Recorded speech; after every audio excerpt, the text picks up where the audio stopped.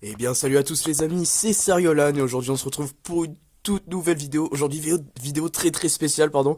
Aujourd'hui, on va découvrir les livres dont vous êtes le héros. Je sais pas si vous connaissez ce concept, mais voilà, en gros, c'est un type de livre qui a été inventé il y a maintenant quelques décennies. En gros, c'est comme un jeu de rôle, mais dans un livre. Donc, aujourd'hui, dans cette vidéo, voilà, je suis devant ma bibliothèque de livres, il y en a à peu près une dizaine. Dans cette vidéo, je vais vous montrer comment on joue à ce genre de livre. C'est vraiment très très stylé. Voilà, donc déjà, malheureusement, bah, c'est des livres physiques, donc il faut vous en procurer. Mais quand vous en avez, bah écoutez, je vous laisse... Enfin, vous en choisissez un qui vous plaît bien, dont le titre vous attire. Ici, par exemple, j'aime bien Les Sept Serpents.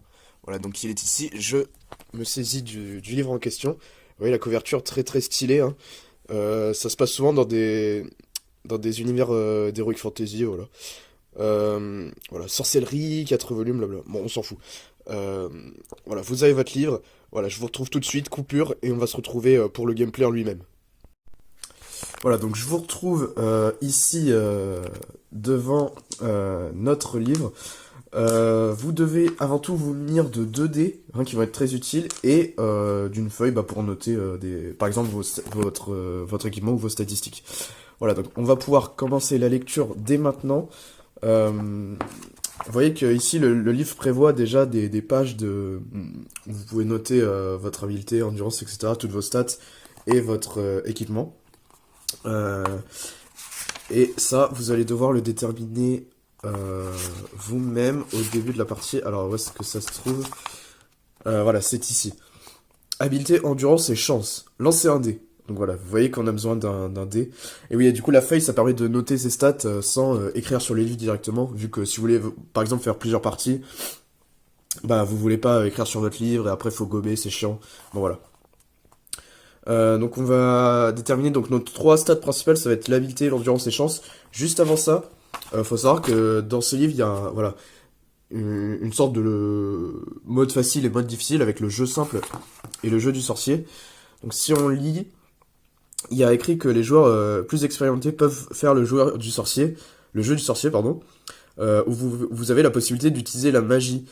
Mais c'est dit aussi que bah en fait c'est pas si compliqué que ça et que du coup bah aujourd'hui je vous propose qu'on fasse le livre en mode jeu du sorcier. Voilà. Il y a une petite section pour les combats après mais c'est assez simple. Je vous expliquerai ça en temps voulu. Voilà donc on va lancer un dé et on va jouer en tant que sorcier. Donc on ajoute 6 au chiffre obtenu et ça va être notre habileté. Ok ça marche. Donc c'est parti. 1. Ok, bah j'ai vraiment pas de chance. Donc. Ah non, attendez, je dis des conneries. On joue en tant que sorcier. Donc on ajoute que 4. Voilà, c'est ça. 4 au chiffre obtenu. Donc j'ai 5 d'habileté. On va inscrire ça tout de suite.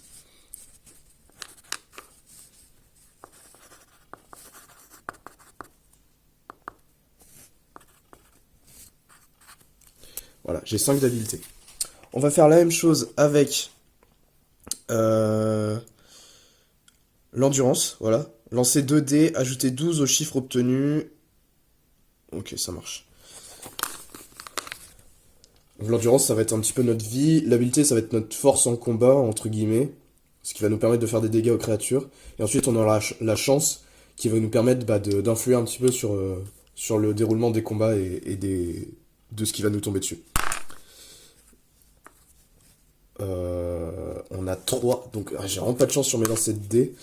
Donc, notre endurance ici, ça va être 15.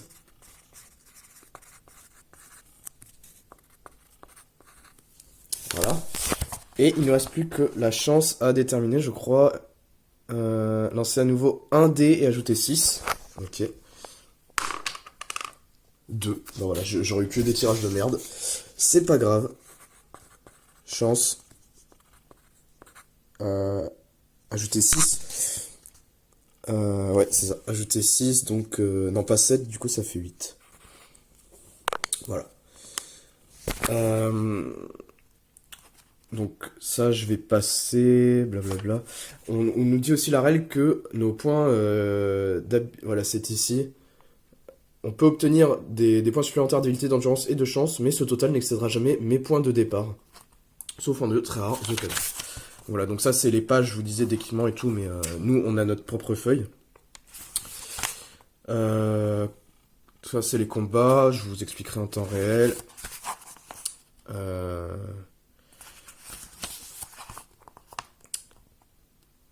Voilà, là on a notre équipement de base. Je crois que c'est ici, endurance et provisions. Vous commencez votre quête avec des provisions équivalent à 2 repas. Ok. Je vais l'écrire. Je sais pas comment ça se déroule pour prendre des repas, mais je l'écris. J'ai 2 repas. Libra, déesse de la justice. Donc ça, c'est un petit peu... C'est une déesse qui nous accompagne. On nous explique, mais en gros, ça va être 3 jokers différents qu'on va pouvoir utiliser qu'une seule fois par partie.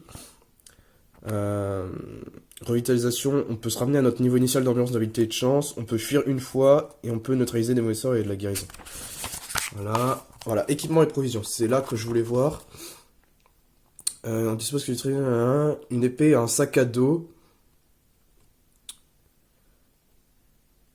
Ok. Le livre des formules magiques, voilà. Parce qu'en gros, les formules magiques, c'est 3 lettres, je crois, chaque formule. Et faut les connaître, en fait. T'as pas le droit d'aller regarder. Ça peut être assez technique. Ok. 20 pièces d'or, une bourse de 20 pièces d'or.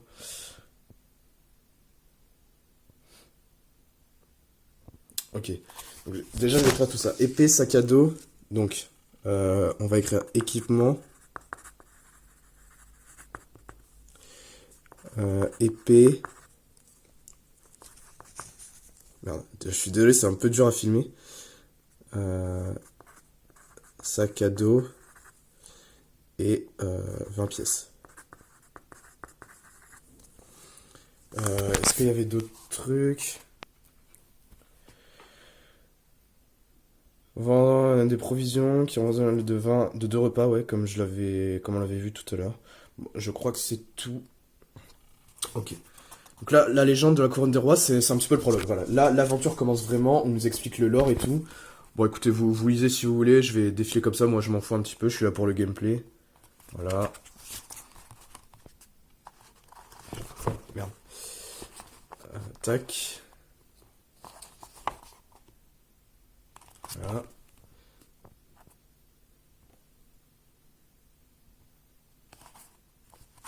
Ok. On a une petite carte du monde, sympathique. Voilà. Et là, on arrive à la page 1. Donc vous voyez qu'en fait, ça va se dérouler comme ça.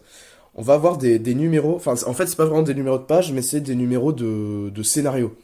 Et en mode, à la fin de chaque numéro, chaque scène, on va devoir passer à une scène suivante. Donc imaginons, là, le corbeau vous tue, passer à la scène 72. Vous voyez, par exemple. Donc là, je vous propose, comme on est rentré dans l'histoire, que je vous lise à haute voix et qu'on passe vraiment le temps de comprendre. Donc c'est parti. Au moment où vous commencez votre voyage dans les terres des fins fonds, des nuages menaçants s'accumulent dans le ciel. De toutes les étapes de votre expédition, celle-ci vous réserve les épreuves les plus rudes. Les cartographes d'Analand ignorent tout des plaines de Badu. Aucune civilisation n'existe dans cette contrée des fins fonds. Seules quelques tribus nomades et des créatures isolées l'habitent et les occasions de vous faire des amis seront rares. Quoi qu'il en soit, vous devez avancer sans faiblir.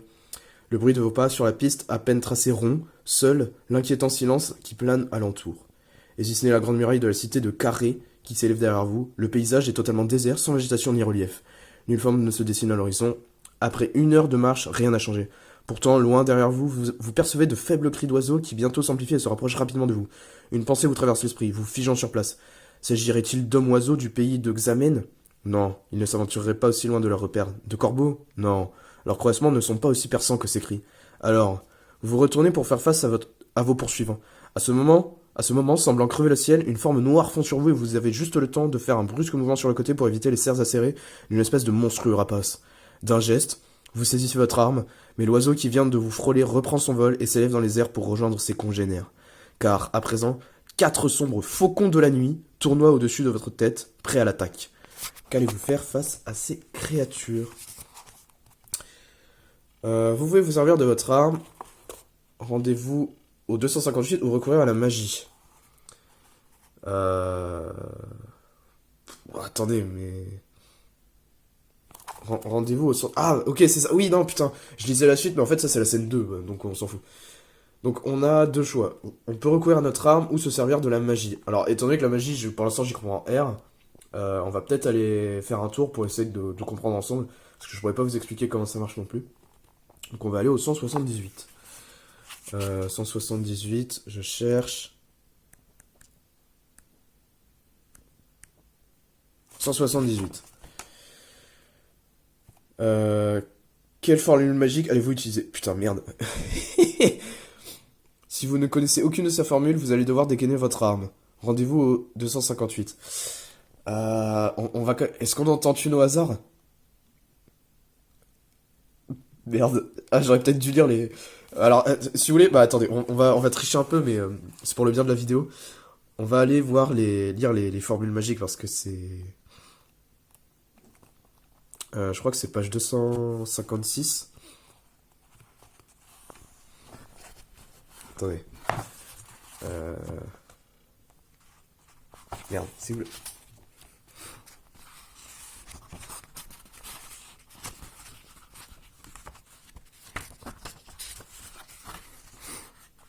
Ah putain, elles sont... Ok. Elles sont là toutes les... Oh putain. Ah non mais attendez, ok. Sans... Merde, putain. Ok, en fait les effets des magies sont directement écrits, donc ça c'est tant mieux.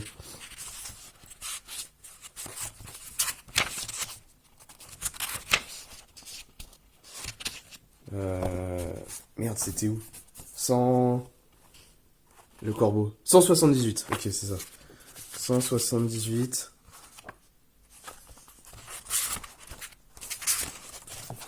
Ok. Donc, imaginons qu'on fait NUI. On va au 380, à la scène 380. Ok. Vous perdez 2 points d'endurance.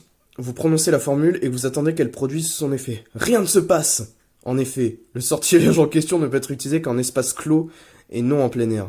Pendant que vous attendez en vain, un faucon de la nuit fond sur vous et vous taillade la joue de son bec. Vous perdez 1 point d'endurance. Ok, bah du coup j'ai perdu 3 points d'endurance.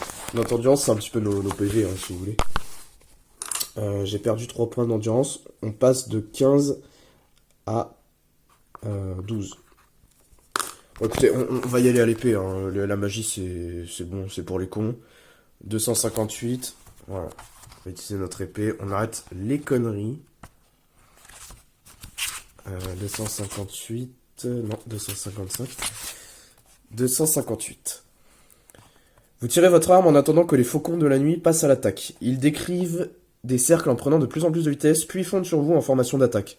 Leur prodigieuse vitesse les rend difficiles à atteindre. Choisissez celui que vous allez combattre en premier. Ensuite, jetez les dés pour connaître votre force d'attaque et faites de même pour connaître la force d'attaque de chaque faucon de la nuit. Vous blesserez la créature dont la force d'attaque est inférieure à la vôtre. En revanche, vous serez blessé par ceux des faucons de la nuit qui ont une force d'attaque supérieure à la vôtre. Oh putain, ok. Après 3 assauts, rendez-vous au 314. Donc en fait, un assaut, c'est un tour de combat, si vous voulez. Là, en fait, ce qui se passe, on a les 4 faucons avec chacun leur stade d'habileté et d'endurance. L'endurance, c'est les points de vie et l'habileté, c'est en fait la puissance d'attaque qu'ils vont fournir lors de l'assaut. Donc là, alors je sais plus s'il faut lancer un dé ou deux. Je vais vous dire ça de suite. Quand j'y pense, c'est peut-être pas mal de prendre un petit marque-page. Donc, on va utiliser ce marque-page de l'Institut Curie. Voilà. Voilà. Ok. Alors, les combats... les combats, ouais, c'est ici. Jetez les 2 dés pour la créature. Ok, donc c'est bien 2 dés. Ok. Et ensuite, ajouter ses points d'habilité au chiffre obtenu. Ok, ça marche. Donc, en fait, on va d'abord jeter les 2 dés pour déterminer l'habilité de la créature. Ensuite, on va jeter 2 dés pour déterminer notre habilité. Donc c'est parti. Et en fait, il y aura 3 cas. Soit l'habilité de la créature est supérieure à la nôtre, soit la mienne est supérieure à celle de la créature, ou soit il y a égalité. La créature a 8 d'habileté. 8 plus... Alors attendez, il faut déterminer pour chaque faucon. Donc le premier, il a 15. Ok, bon, ok. Ça fait... Ok, ça marche. Et ensuite...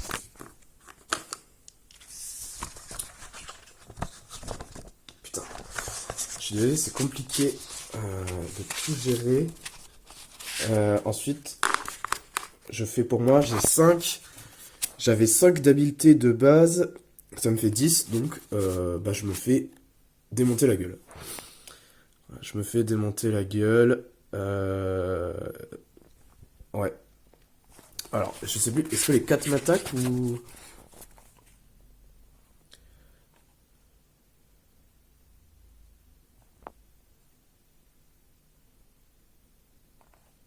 Ah, choisissez celui que vous allez combattre en premier. Non, bah, c'est que des 1v1 en fait, c'est 4 1v1. Mais, bah, imaginons qu'on attaque le premier, je sais pas. Bon, dans tous les cas, c'est lui qui frappe, vu qu'il a plus d'habileté que moi. Il a 15 et moi j'ai 10. Je prends 2 points d'endurance en moins. Tac. Je passe à 12, à 10, pardon. Donc ça, premier assaut. Ensuite, deuxième assaut, on va faire la même chose. Donc on va d'abord déterminer les points de vie les points d'habileté, pardon, du faucon. Il a... Putain, il a 9. Plus ses 7 de base, ça lui fait 16. Donc ensuite, c'est à moi. J'ai 5.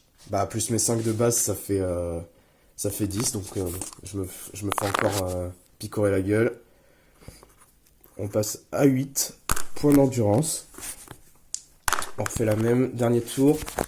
5 et 3, 8. Il a 15 d'habileté. Et moi, 6. Plus mes 5 de base. Ça me fait 11 d'habileté. Bah, il y a plus. Donc, je perds encore 2 points de vie. Voilà. Et quand on perd un tour de combat, on perd 2 points de vie. 2 points d'endurance. Je passe à 6 points d'endurance. La carte nous indique bien, enfin la scène nous indique bien qu'après 3 assauts, on se rend au 314. Donc là, les 3 tours de combat ont été menés. On va pouvoir se rendre au 314. Tac. 314. Les faucons de la nuit se sont regroupés et tournoient autour de vous, au-dessus de vous, préparant une nouvelle attaque. Soudain, leurs cris changent de tonalité et ils se dispersent en tous sens. Quelque chose les a troublés et il semble qu'il règne parmi eux une certaine confusion, mais vous ne comprenez pas pourquoi. Un instant après, une forme se dessine au-dessus des oiseaux qui se mettent à pousser des cris perçants. Un aigle royal fait éruption et fond sur eux en portant des coups mortels de son puissant bec.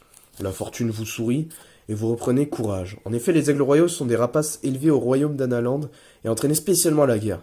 Mais que fait donc cet aigle majestueux si loin de son air natal? De son bec effilé comme une lame de rasoir, l'aigle transperce l'un des faucons de la nuit et arrache les plumes d'un autre avec ses redoutables serres. Les 2 oiseaux survivants fuient vers l'ouest à grands coups d'aile afin d'échapper aux terribles rapaces. Le danger est maintenant écarté, l'aigle pique vers le sol pour se poser tout près de vous. Il porte autour du cou un petit tube renfermant un message dûment cacheté par le sceau royal du seigneur d'Analand. Vous déroulez le parchemin et vous lisez... nous devons vous mettre en garde. Un grave danger vous menace car le secret de votre mission a été découvert. Les espions de Mampang, donc c'est l'antagoniste, ont eu connaissance de notre plan et à l'heure où nous vous écrivons, des messages sont en route vers la sombre forteresse pour prévenir l'archimage. Donc Mampang. Là en maître.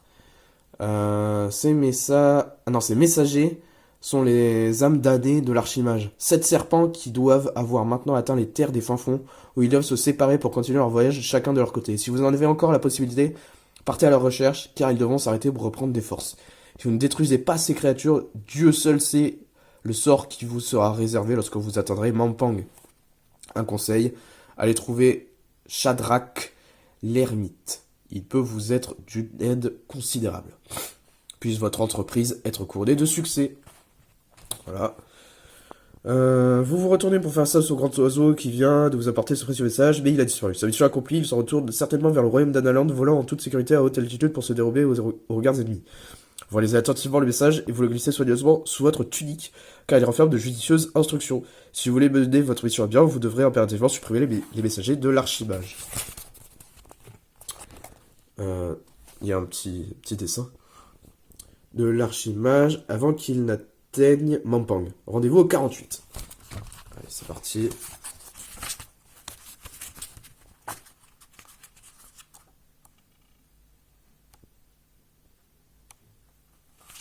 « 48... Ok.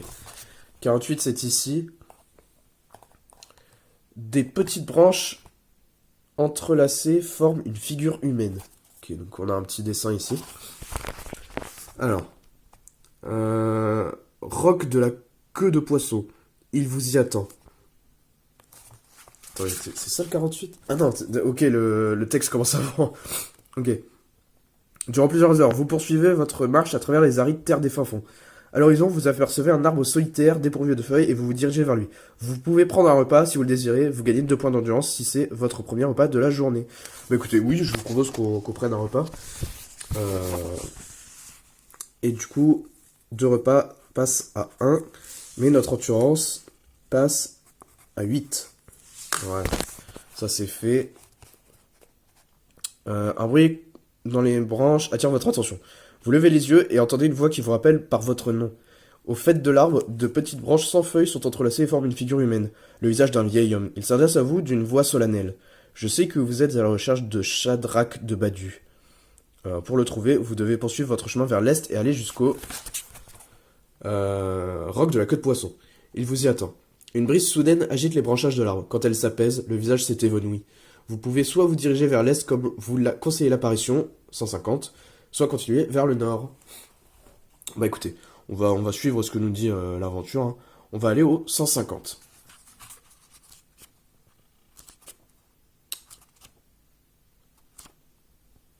150, c'est ici. Tac. Il y a beaucoup de texte. Hein. Il y a beaucoup de texte. C'est pas grave. Peu après, vous arrivez en vue du roc de la queue de poisson. Il porte bien son nom avec ses 2 pointes, comme si un énorme poisson avait été à moitié enterré dans le sol. Un feu brûle à l'entrée d'une petite caverne. Vous appelez pour attirer l'attention de l'habitant de ces lieux et un vieil homme sort entre dans les pieds. Vous reconnaissez alors sur son visage les traits de l'esprit de l'arbre. Ce doit être Shadrach en personne. Je vous attendais, dit-il en vous accueillant. Je suis au courant de votre voyage depuis votre départ de Carré. Oui, il y a une petite image ici. Courage aux folies, quelles que soient les raisons qui vous poussent à traverser les terres des fins fonds, il est de mon devoir de vous avertir qu'aucun homme d'Analand n'a pu survivre seul à la traversée du Kalkabad.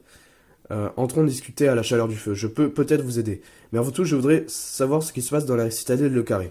Pendant un moment, vous lui donnez des informations sur le monde extérieur. Il vous propose de partager son repas. Si vous acceptez, vous pouvez ajouter 2 points à votre total d'endurance si vous n'avez encore rien pris aujourd'hui. Ajoutez 1 point seulement si vous avez déjà mangé auparavant. Ah,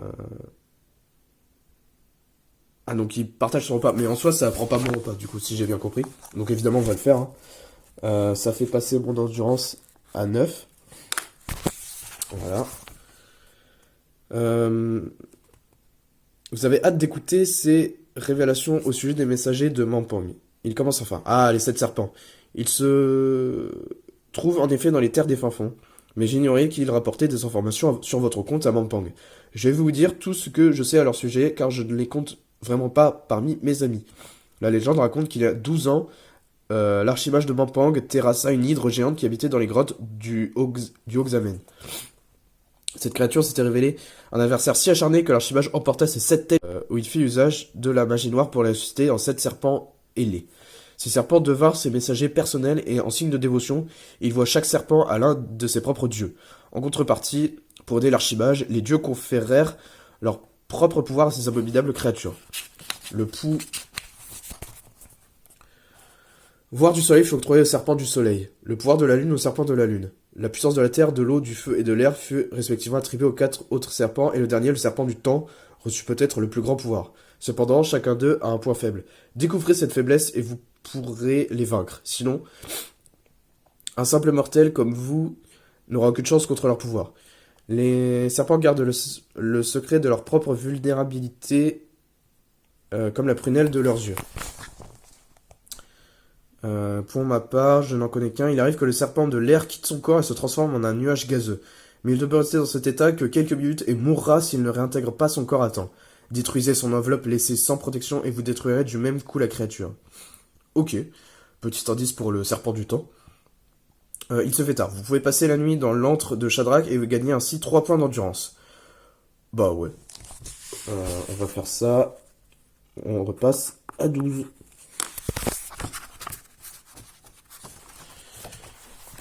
Ok. Le lendemain matin, vous reprenez la route. Avant votre départ, Shadrach vous offre une trompe à vent sculptée qui pourra vous être utile au cours de votre voyage. Trompe à vent sculptée. On le note.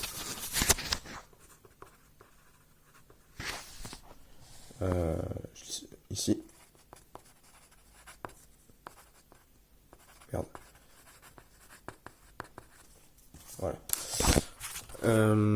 Tac. Allez-vous maintenant vous dirigez vers le nord, 85, pour bien rejoindre la piste principale. Bah c'est bizarre, ça fait 2 fois qu'on me donne l'opportunité d'aller vers le nord, donc je sais pas, peut-être qu'il y a un secret, je me demande ce qu'il y a là-bas. On va aller voir, 85. 85. 85. Vous avancez à travers la plaine, les sens aux aguets, prêts à parer à toute éventualité. Soudain, le sol se dérobe sous vos pieds, vous perdez l'équilibre et vous tombez sur le dos. Tentez votre chance. Oh bah écoutez, oui. Hein. Alors, ça c'est comme le combat, il y a une mécanique spéciale. C'est une mécanique spéciale qui est expliquée au début. Tenter sa chance. Chance. Voici... Ah, voilà. Voici comment on peut servir de la chance. Jetez 2 dés. Si le chiffre obtenu est égal ou inférieur à vos points de chance, vous êtes chanceux. Et le résultat tournera en votre faveur. Ok. Donc il faut jeter 2 dés. Et il faut que le total soit égal ou inférieur à mes points de chance. J'ai, on le rappelle, 8 de chance. C'est parti. 3. Oh, let's go. Let's go. Donc là, j'ai tenté ma chance et ça a marché. Et voilà, si ça réussit... Non, même à chaque fois qu'on tente sa chance, on note un point à mon total de chance. Donc je passe à 7. Mais en tout cas, ça a marché. Donc,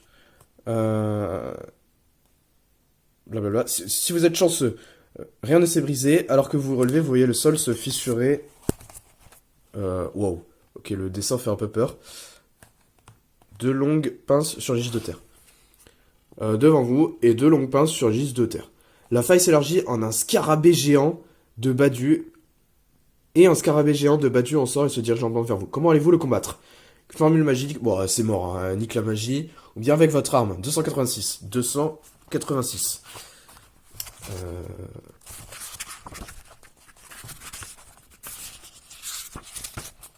286. Vous approchez de la créature pour l'affronter. Habileté 7, endurance 9. Ok. Quand vous aurez porté un premier coup à cette créature, rendez-vous au 216. Ah, ok. Donc là, on fait comme tout à l'heure. On détermine d'abord l'habileté de la créature. On va lancer 2 dés et ajouter ce total à l'habileté ici de la créature qui est 7. La 7, donc la créature a 14 d'habileté. Et ensuite, on fait pour moi 5 et 3, 8. Avec mes 5 d'habileté. Putain, ça fait 13. Ah ouais, le fait d'avoir eu 5 d'habileté au début de la game, ça m'a clairement niqué. Hein. Donc, je perds 2 points d'endurance.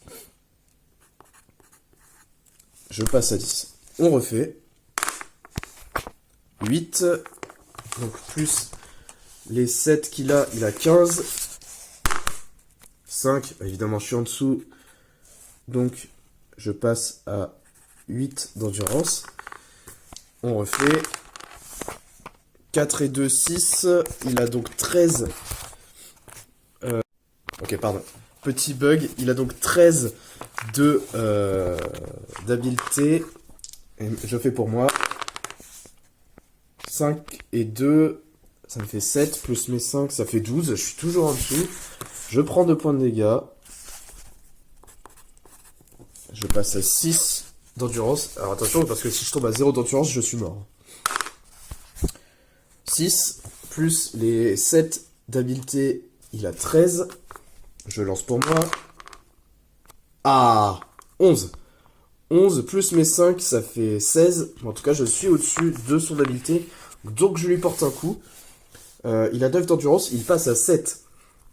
Donc je vais noter ici combat scarabée.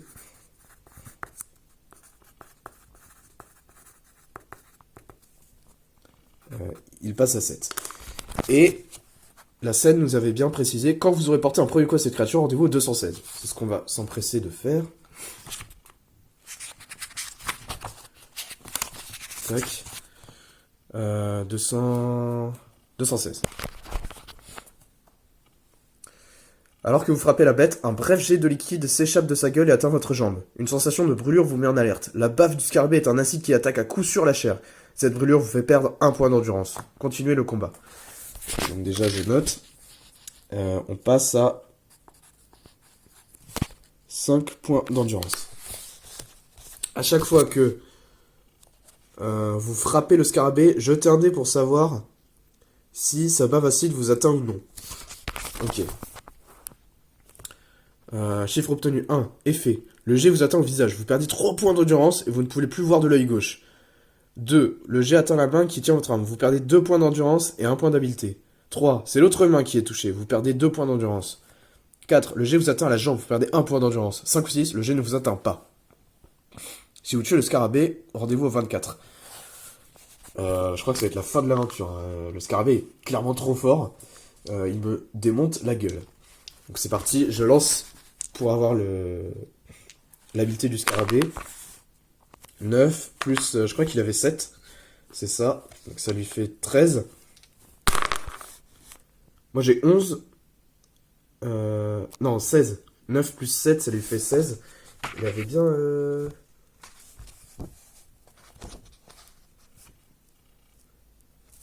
7 d'habileté, ouais. Moi, quand même, ça me fait 11 plus mes 5, ça me fait 16. Et il y a égalité, donc là, il se passe rien, juste il faut relancer. 1 et 2, 3, donc ça lui fait 10 d'habileté. 3 et 1, 4, plus mes 5, 9. Je suis en dessous, donc je perds 2 points d'endurance. Je passe à 5, je passe à 3.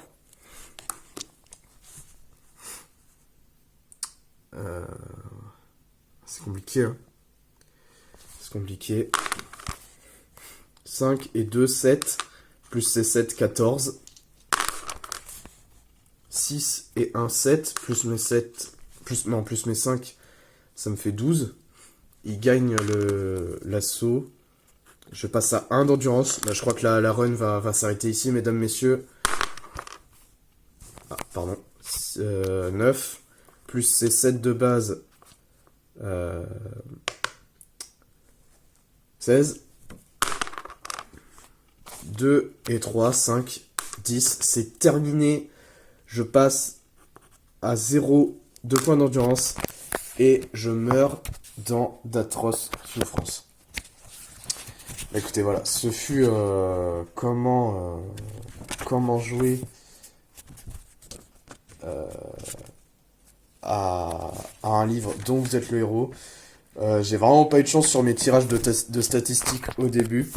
Vous voyez que ce 5 d'habileté qui m'a mis extrêmement mal, et du coup je me suis fait tuer par un simple scarabée. Bon voilà, en tout cas, ici le but c'était pas de terminer le livre, certains peuvent être très très durs, hein, il faut avoir de la chance, il faut bien connaître le déroulement de l'aventure. Ça va vous prendre, je pense, plusieurs essais avant de réussir, et vous allez souvent mourir. En tout cas, cette vidéo était purement tutoriel, voilà, pour vous apprendre à jouer à un livre dont vous êtes le héros. Voilà, donc évidemment, je remercie l'auteur du livre, Steve Jackson. Évidemment, c'est extrêmement intéressant. Voilà, en tout cas, j'espère que vous avez aimé cette petite vidéo. Si c'est le cas, n'hésitez pas à lâcher un pouce bleu, à lâcher un commentaire, à activer la cloche, à vous abonner à la chaîne, ça me fait extrêmement plaisir. Et d'ici là, je vous dis à la prochaine. Allez, bye bye tout le monde.